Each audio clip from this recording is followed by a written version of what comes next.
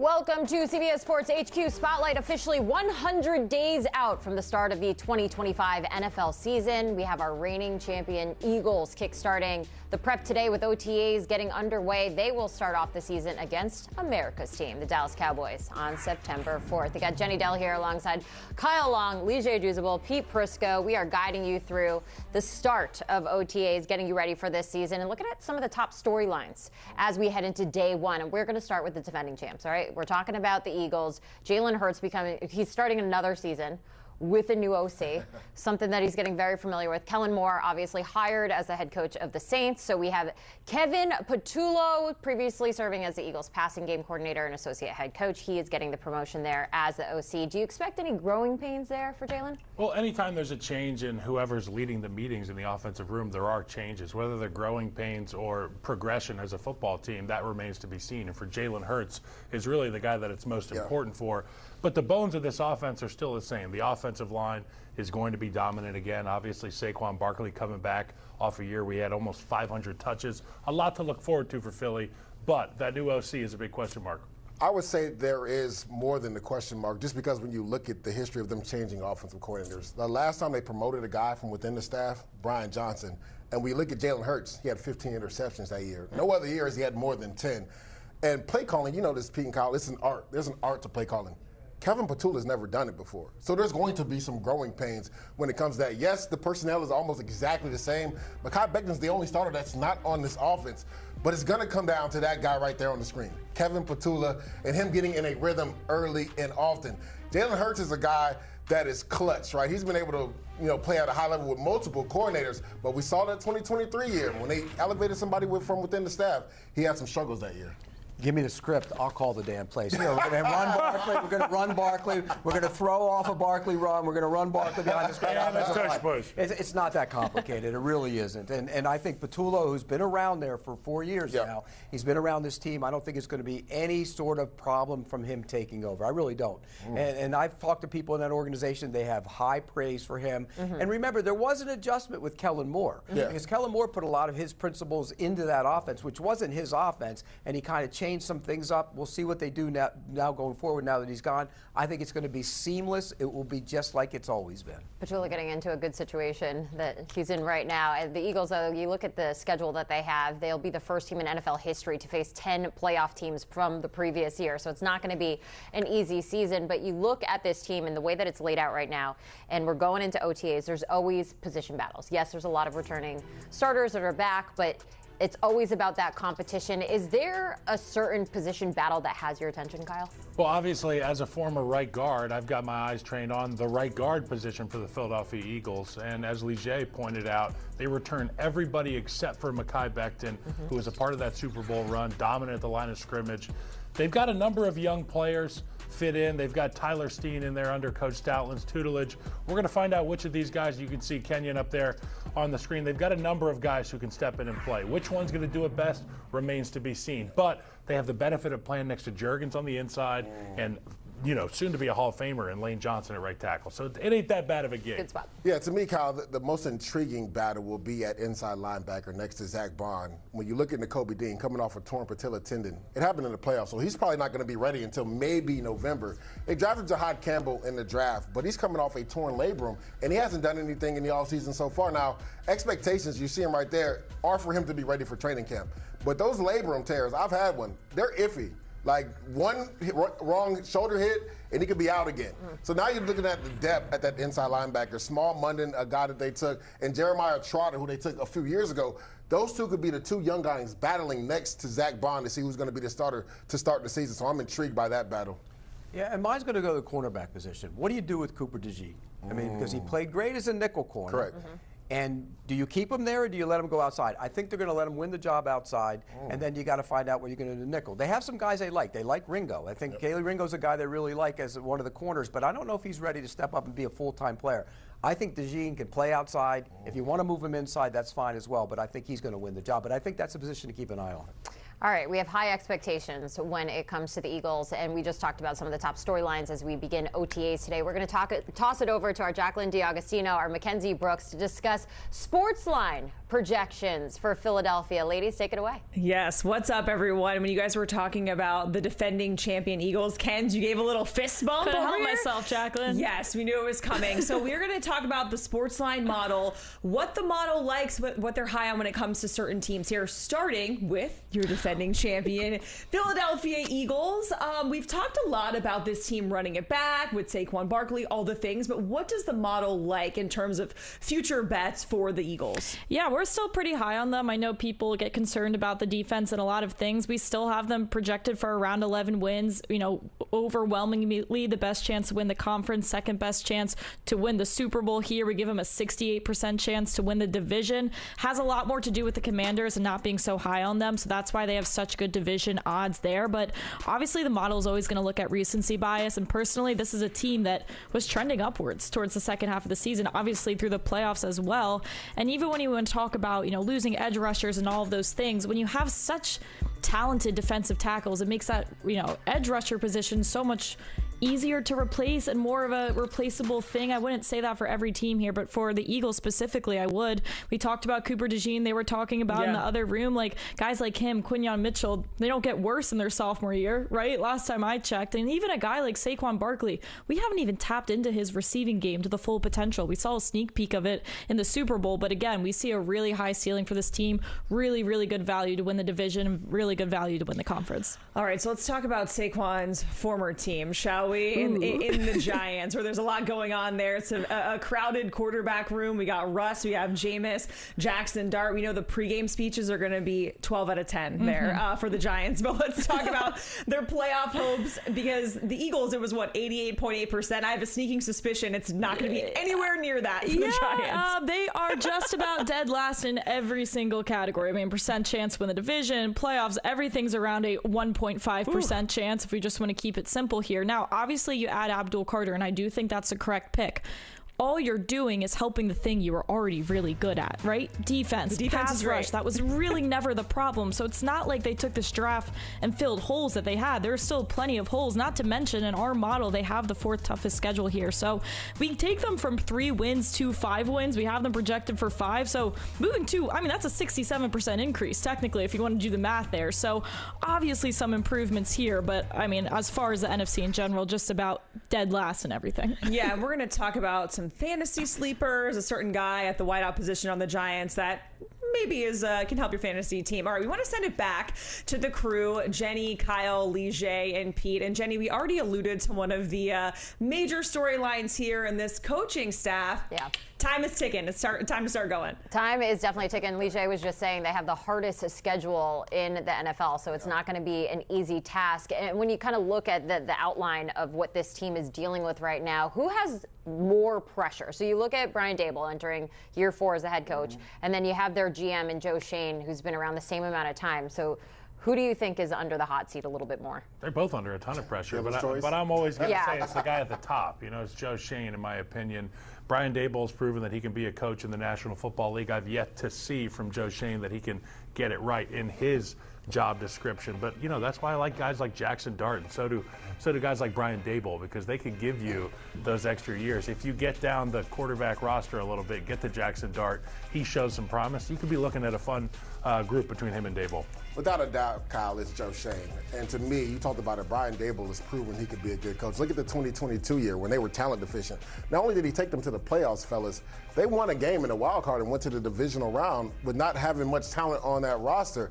Now, some of the moves Joe Shane has done since then have been the question mark, right? When you look at a guy like Xavier McKinney leaving to being a perennial Pro Bowler with the Green Bay Packers, Julian Love, that could have been the best tandem safety position. You let both of those guys go out consecutive years. Saquon Barkley, your Trey Leonard Williams, he has a perennial All-Pro year. So to me, it's Joe Shane because he's made some questionable moves when you talk about releasing homegrown talent. And you know this, Pete and Kyle, you got to keep your homegrown talent because when free agents are coming in and you're letting guys leave, they're going to be like, so you don't even take care of the guys that are there. How are you going to treat somebody coming in new? So to me, it's Joe Shane. He has way more pressure. And here's why it's Joe Shane. if Brian Daboll is fired, he will become a head coach again at some point. Yes. I'm not sure Joe Schoen will ever be a general manager again if he is fired as a general manager. You usually see these general managers, they don't cycle back in a lot of the time. So they end up leading a scouting department. Correct. Yeah. So I think there's clearly more pressure on Joe Schoen. The problem is Joe Shane's not going to decide what happens. It's on the coach to decide whether the GM comes back. So Brian Daboll faces a tough job here, who plays quarterback. If it's Russell Wilson, it's really a challenge because he's not very good. Whether it's Jackson Dart, is he ready to play? So Brian Daboll has a real issue trying to get this offense going and clicking because on defense they're going to be really good. They have a lot of talent on that side. I want to dive a little bit deeper into that quarterback situation because you look at that QB room and you're like, what is going on here? And then you see that the Giants moved up to get Jackson Dart, who's an incredibly talented kid. But you named some of the guys. So obviously we have Jameis Winston, Russell Wilson to start. Then maybe Jameis Winston kind of comes in if he's ineffective. At what point do you see them going to Jackson Dart, Pete? I think Russell Wilson will start the season, and I think Russell Wilson should be looking over his shoulder from the get-go. From the word get-go. Not for Jameis Winston, for Jackson Dart. Got it. Because here's why. If you're a coach and you're an organization and you do want to save your job, if you play the kid and the kid goes in week 4, say, and he wins 5 games, then you say at the end of the year, well, there's progress with the offense. The kid shows promise, and you don't really want him learning a new offense in year 2, then you bring him back. You definitely bring the coach back in that scenario. I don't know if you bring the GM back, but I think playing Dart sooner rather than later is better for the organization. It's better for them right now. Russell Wilson, you know what he is. You saw that last year. He's terrible. He wasn't very good. So why not get on with it and play Jackson Dart? I had the privilege of talking to Joe Schoen, the GM for the Giants, 2 days after the draft when they drafted Jackson Dart, and he told me the plan right now is not to play Jackson Dart. But he said when he was the assistant GM for the Buffalo Bills, that was the same plan for Josh Allen. They were getting blown out one game. He came in, played well, and the rest is history. So we were just talking earlier, guys, about how tough this schedule is. I can see Jackson Dart by week 8 or 10 potentially becoming the starter because the Giants literally could be 2-8 or 1-9 at that point.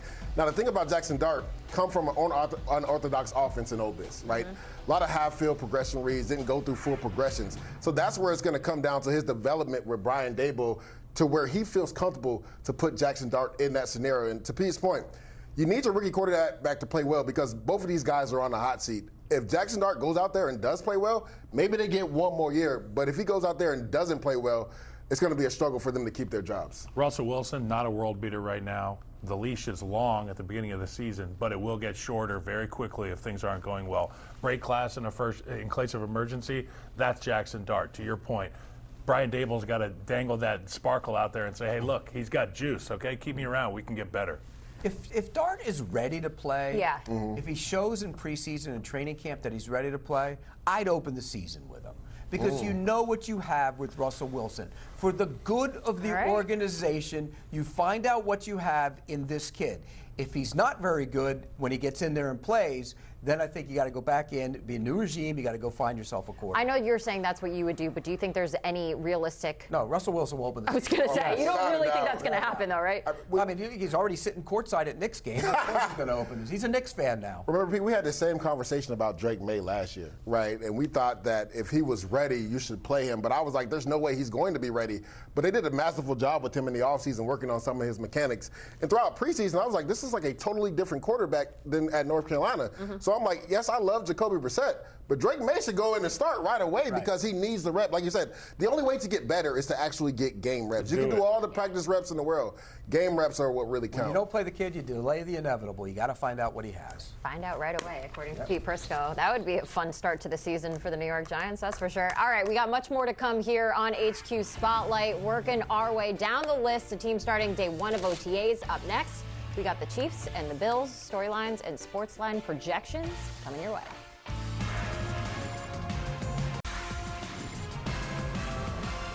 Back here on Spotlight, I gotta keep these guys in order. Having too much fun during commercial break. We're looking at some of the top storylines as we head into day 1 of OTAs. I can't believe just 100 days away from the start of the 2025 NFL season. We're here with our cast and crew. I'm not going to go through all the names again because there's too many of you. We're going to talk about Kansas City now. The good old Chiefs. What do they need to do? How do they bounce back from that Super Bowl loss? Just lay it all out there for us, Kyle. Well, I think first and foremost, they have to remember who they are at their core, and they're a team with an elite, a great quarterback. They've got a head coach who's obviously brilliant and gets the messaging through to his players, and they need to figure out what they're going to do on that offensive line. Joe Thuney was too expensive to retain. They sent him to Chicago. Trey Smith, the right guard, I thought he was going to be a guy that ended up potentially in Chicago as well. Well, he's getting paid $23 million on a franchise tag to play right guard. There's only so much money to go around, so you need to do the most with what you have. They've got some pieces in that offensive line room. I trust Andy Heck, like we do Stout and Philly, to get this thing right. And for the Kansas City Chiefs, they just need to find a way to get up, stand up with a bloody lip, and go out there and swing that right hand as much as you can. And that's the guy who can do it, Patrick Mahomes. When you look at this team last year, it was the first time when I watched film, I felt like talent-wise, they weren't always the best team on the field. But you know what they did better than everybody? They out-executed everybody until they got to the Super Bowl.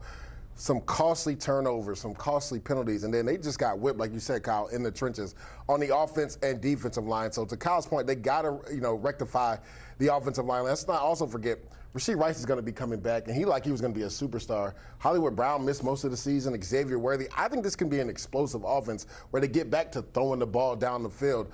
Kind of a change of the guard because they had become more run-centric over the last few years. I think they get back to throwing the ball down the field. 2021 style, 2020 style. Correct. I think they get back to throwing the ball down the field, but they have to protect Patrick Mahomes up front. Yeah, and if we go back to the last time when they got beat in the Super Bowl, what happened? They got whipped up front in a big way, and they addressed it, and they went out and fixed that offensive line. They fixed it. I think they fixed their offensive line this time around. You know how I felt about Josh Sutton. I love him too. I just hope he's healthy. He's the best offensive lineman in the class, and it's not close. I think if he is healthy, he's their left tackle. I know they paid Jalen Moore, but I think if he's healthy, he's their left tackle, and he's going to be Patrick Mahomes' left tackle for a long, long time. He will be a star in this league. He's the best offensive lineman in this draft. And now you get better at guard. You kick in. Go ahead, say his name. I want you to Kingsley Suamataia. He loves that name.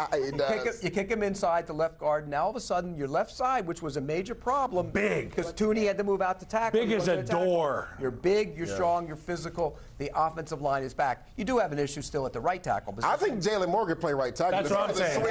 And you flip him over and let him compete against Jawan Taylor, and all of a sudden your offensive line, which was the reason they lost the Super Bowl, by the way. Look, the Eagles did a bunch of great stuff on offense, but the reason they lost that Super Bowl is because the offensive line got whipped. What was that, big as a door? You want to do that again? Just a friggin'. It's like when you walk behind the Eagles offensive. They were in their hotel. Landon Dickerson blocked the sun. And you walk behind them, and I'm like, oh my gosh, every one of them. You would have had 4.5 a carry. Yeah, I would. Well, he had 4.5 a carry before he got touched, so maybe I would have. All right, Leja, you mentioned Rashee Rice. So we all saw early last season he was out due to that knee injury. He is expected to come back in 2025. What's the latest on his timeline? When can we expect to see him? What are you hearing? I think the biggest question mark is what happened off the field with him when he had that car accident when he was allegedly racing a car. He could potentially still be suspended. So I know that's looming over his head. Probably will. It was looming over his head last year, JD, but he still came out the gates. 2 out of his first 4 games over 100 yards. That opening game versus the Baltimore Ravens, I was like, good Lord, Rashee Rice is going to go for 1,600 yards this year. And the offense just was not the same after he went down with the injury. You see the numbers right there compared to his rookie year and last year just in 4 games. So I talked about it earlier. With the ability to really stretch the field with Xavier Worthy and Hollywood Brown, you hope he's healthy. He's a guy that can stretch the field. That is going to open up the underneath passing game for Rashee Rice and Travis Kelce.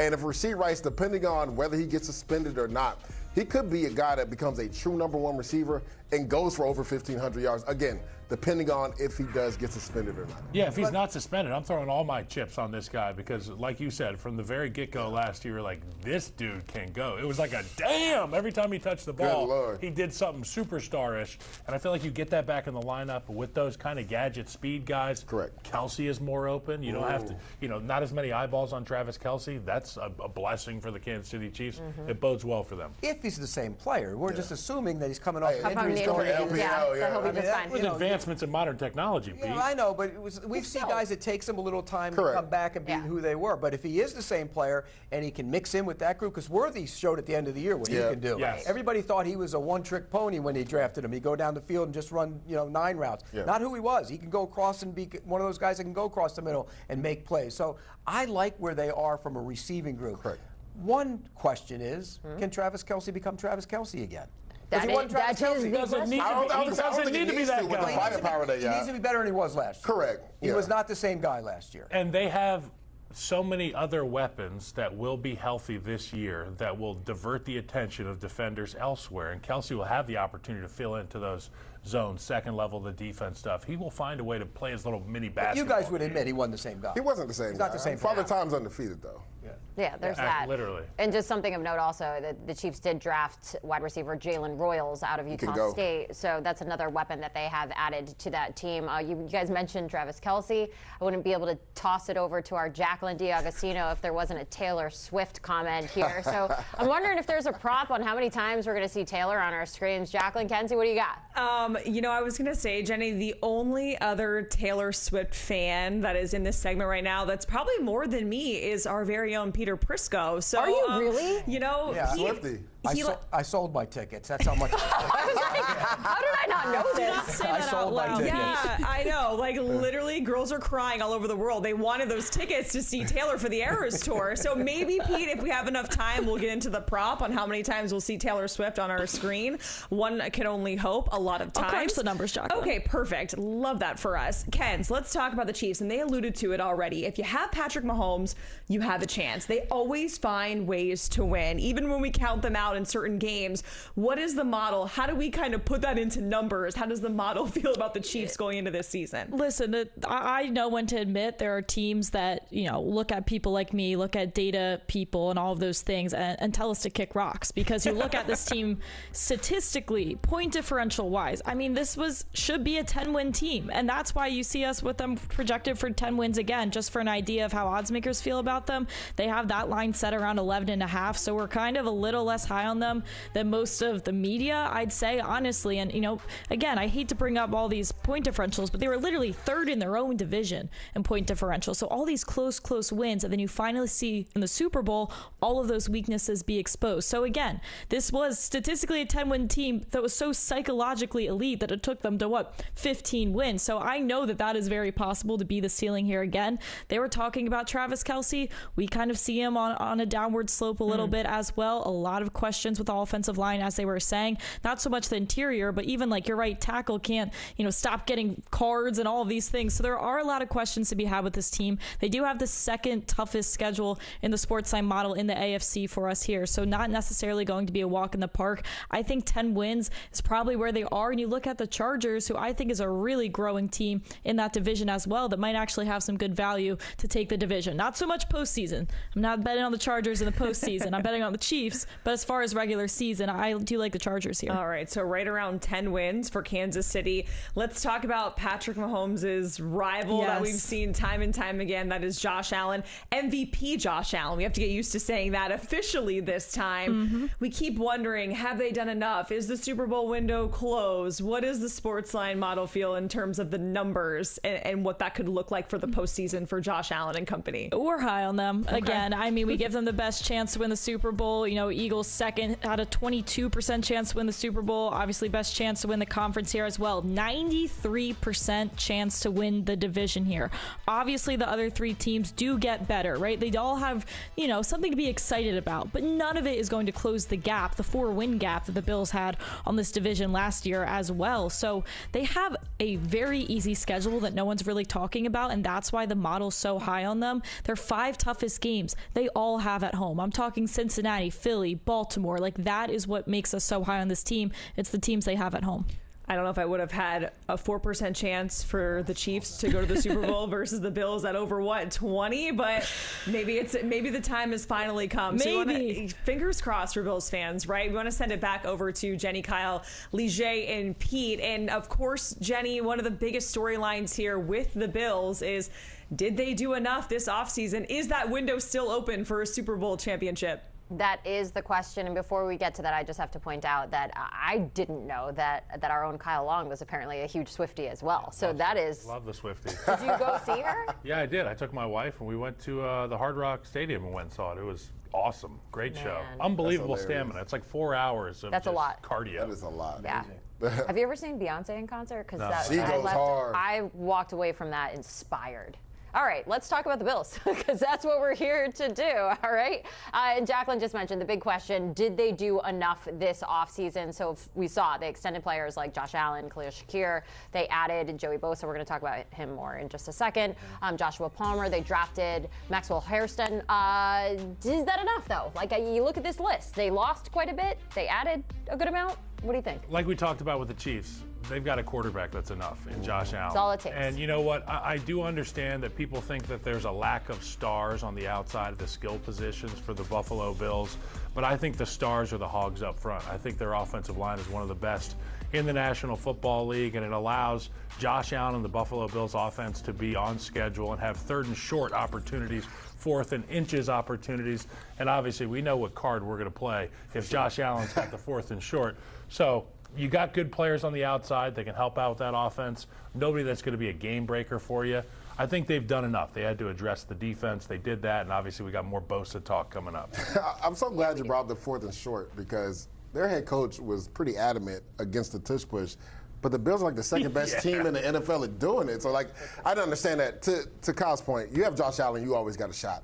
Now, there is some concerns, and me and Pete had these concerns last year about their pass rush. Von Miller never came back from the ACL. He was the guy, when you looked at the first 8 weeks of the season when they signed him, he looked like he was Von Miller, and he looked like he was going to be their closer. They went and got Joey Bosa, and I know we're going to talk about him later, but my biggest concern is I spent most of my career in the AFC East. That's a hard turf up there in Buffalo, especially when the weather gets cold. He has foot issues, and that can hurt you when you talk about playing games in November, December, and January. And again, I know we're going to talk about him, but he already has a calf strain right now, and it's not even training camp yet. So that's a concern for me. They did get Landon Jackson in the third round. He's a guy that has some juice off the edge, but I thought they needed to do a little bit more to solidify that pass rush. They paid Michael Hoyt, but he's going to be suspended for 6 games. Larry Ogunjobi, he's going to be suspended for 6 games. So, Pete, there's going to be a lot of young players on that defensive line that are going to have to step up, whether it's T.J. Sanders or Landon Jackson. So I just felt like when it comes to a pass rush in the defensive line, they threw darts at the thing. They just missed on a couple because 2 guys are going to be suspended for 6 games. See, I think everything they're doing is with the intention of being ready in December and January. Yep. And they don't want Joey Bosa ready in September. They want Joey Bosa knocking down Patrick Mahomes in January. They want, it's all focused on that. And I think they, you know, people were, like you, were talking about the window being closed last year. I said the window was more than wide open, and the window's wide open now. And the reason I say that is because in talking to people around the Bills, one thing they said, we have to get better at the receiver, which I think they did. Not significantly better, but they got better. And they had to get better on the interior of their defensive line, stop the run, and they had to get better at corner, and they got better at corner. Maxwell Hairston was my number one. You know, he's the number one guy. I love him. And I think Buffalo will change the way they play a little bit on defense because he's there. He can play man-to-man defense. The Bills don't play a ton of man. Now you can mix that in. And I think there's also growth from guys like Cole Bishop at safety that will take the next step in his second year. You're going to see some of those young players on the defensive line get better. I love this group. There's not a lot of star talent on the defensive side of the ball, but I think together it's going to be really good. And offensively, there's one other caveat there.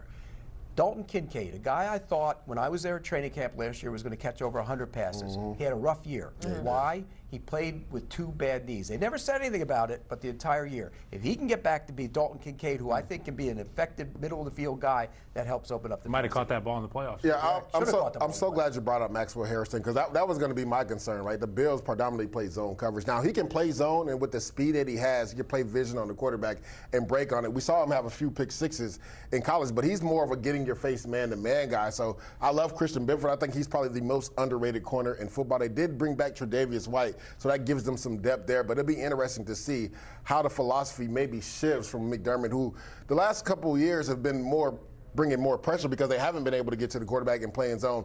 Does he bring more pressure and play a little bit more man coverage and put them on islands? But they're the clear favorite in that division. I don't think it's close. In any division, there's the only one that's the clear favorite, I think. All right, just to tie this up real quick. So we were talking about Joey Bosa dealing with that injury. He pulled a calf while working out late last week with the team.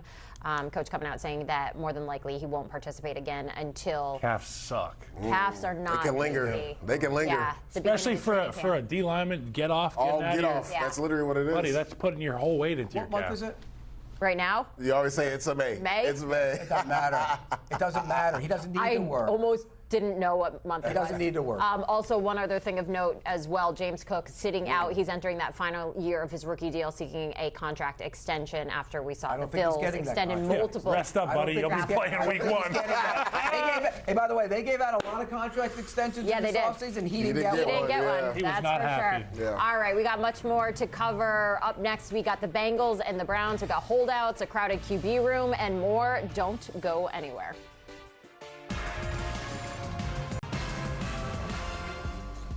Back here on CBS Sports HQ, Jenny Dell, Kyle Long, Lige Douzable, Pete Prisco. We are going through some of these teams, the biggest storylines as we begin OTAs. We got day 1 going on today, 100 days till the NFL season.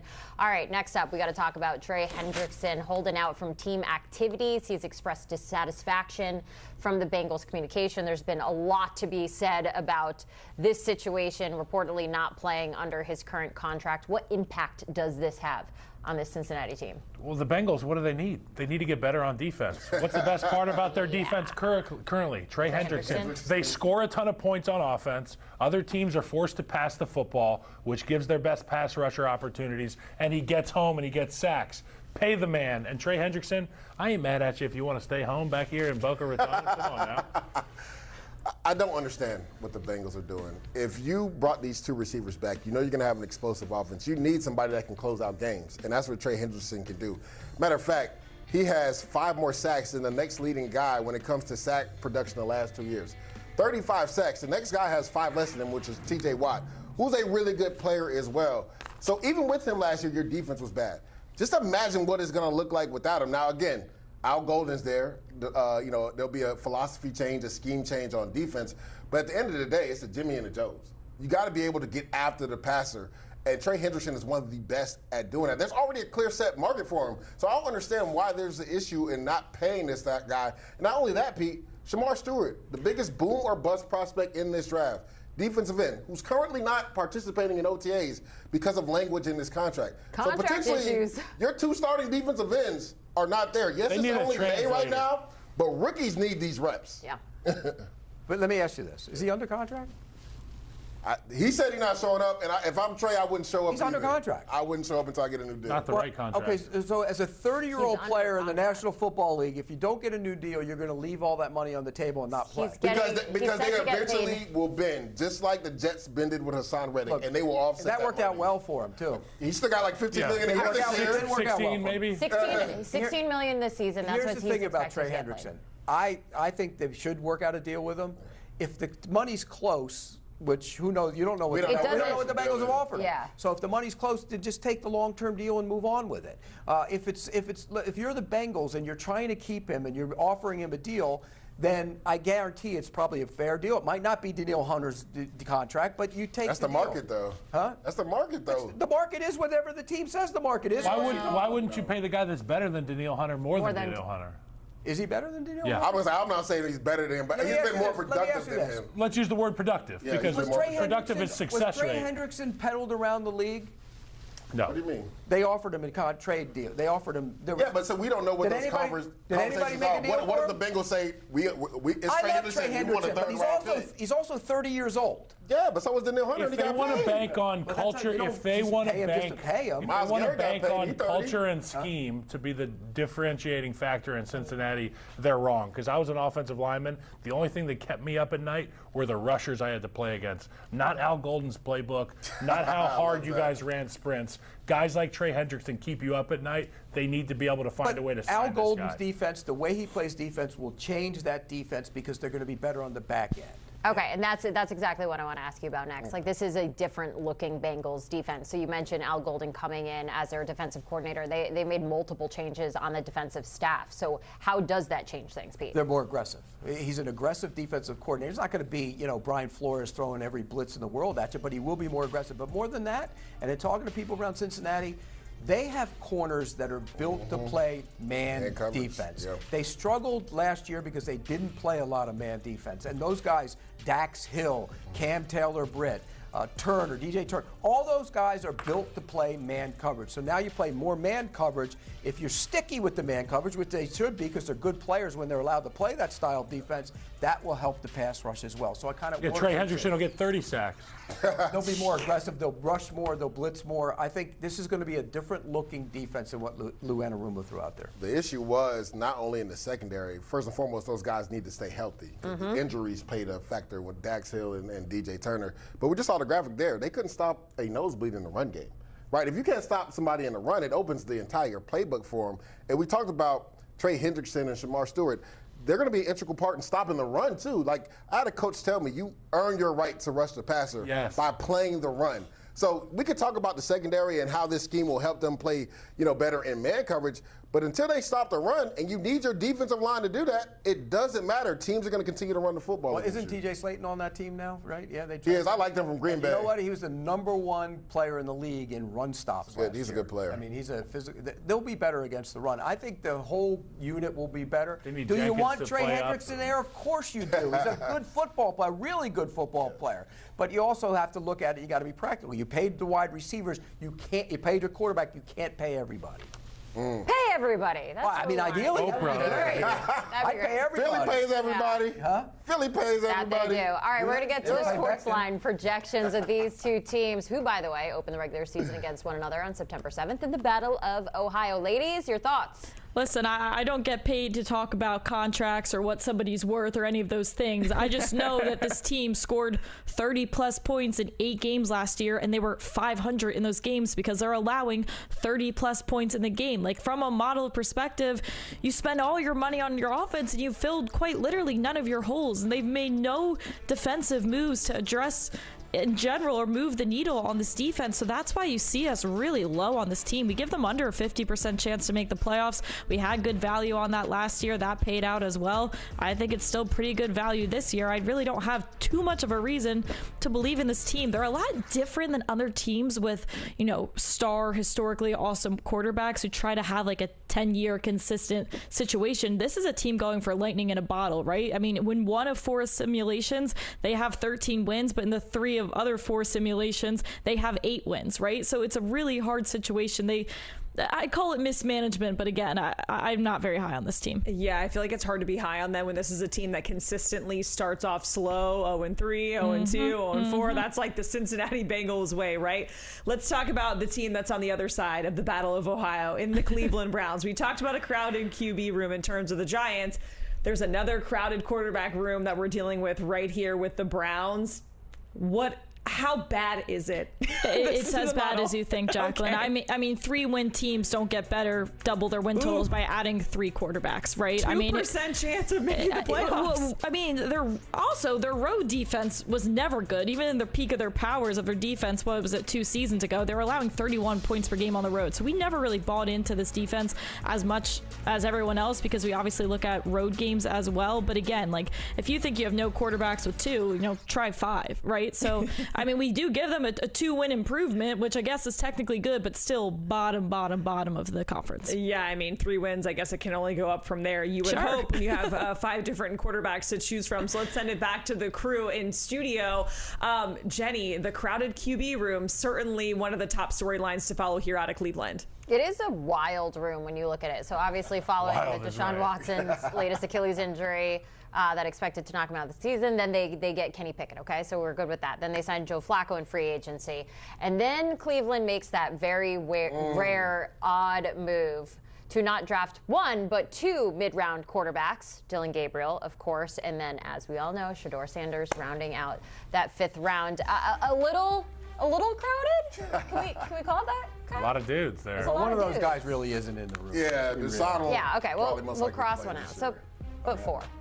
Yeah, I mean, you've got the youth movement there. Yeah. Obviously Kenny Pickett somewhere between the youth movement and Joe Flacco, who is rounding out to like 40 years old. But I mean, it's no secret to me that Joe Flacco will probably be the quarterback here as week 1 happens. And we're going to find out a lot about Dylan Gabriel and Shedeur Sanders. Obviously, there was a lot of conversation around Shedeur Sanders going into the draft. But I just think about the experience that both those quarterbacks have had in college. it will help them out. But at the end of the day, Kenny Pickett, more experienced than all of them, Super Bowl champion, had an opportunity to play with some really great players. Kyle, I think Kevin Stefanski is fighting a losing battle. Now, when you look at his history, you go back to the 2023 season, quarterback room kind of looks similar to this. Remember, Deshaun Watson gets hurt, P.J. Walker comes in, DTR comes in, and then Joe Flacco was on his couch at home, and they ended up going 11-6 and going to the playoffs. So people will probably hold that in high regards to Kevin Stefanski, saying, well, you've done it before with this cast of characters. Why can't you do it there? I think the teams are totally different because that run game, that offensive line was superior to this run game and the offensive line the Browns have currently right now. Kyle thinks Joe Flacco is going to start. I actually think Kenny Pickett is, right? Because you want to start a veteran, and you traded away draft capital to get him. You gave up a 5th-round pick. Now, he is a former 1st-round pick, but this is already his 3rd team. And I honestly think Kevin Stefanski, with his skill set, it matches better for Kenny Pickett, right, as far as what he wants to do, because he doesn't have the gaudy arm. And Kevin Stefanski doesn't want to throw the ball down the field. He wants to attack down the seam. So I think Kenny Pickett will ultimately start. But again, I think this is a losing battle for Kevin Stefanski, and it's unfortunate because he's a really good coach. Yeah, but Kevin Stefanski will coach again somewhere else. Oh, 100%. Yeah. But you know, I tend to agree with you. I think Flacco is going to be the starter over the season. I do. I think they won with Flacco. The players that were there know what he can do. They didn't bring him back last year because they wanted Deshaun Watson to be the quarterback, and they knew there would be a problem if Flacco was in the room. That's why he didn't come back. Well, now he's back. I think he's a starter. Here's what I think happens. I think if they realize that Gabriel and Sanders both can be competent playing quarterback, then I think when somebody goes down in training camp or something, then they pedal Pickett or Flacco, one of those two. If it's not whichever one is the starter, will get pedaled or go somewhere else. If one of those guys isn't capable of being a quarterback, whether it's probably Shedeur Sanders because he was the 5th-round pick, if he's not capable of being their guy, then I think they keep them all. And maybe you keep Sanders on the practice squad. I don't think he'll last on the practice squad. Somebody claimed him. Every team in the league wanted him. He lasted until the 5th round. What are you talking about? He'll get claimed. And he still got drafted, though. What? Every team in the league had a shot to pick him before I hope the 5th he gets round. a chance. I hope he gets some reps. I want to see him. I want to see him. I want to see him play. I want to see Gabriel play. But let's be real. You can't keep all those guys. Can't keep all 4 guys, yeah. No, you can't. So Stefanski definitely has his hands full with this room. All right, Kyle Long, Lee J. Douzable, Pete Prisco. This was fun, guys. Oh, yeah. Running through Thanks it for all. having us, 100 JD. days. Is it really 100 only 100 days? Only. Keeping it 100. I feel like that's a lot. I don't know. All All right, after the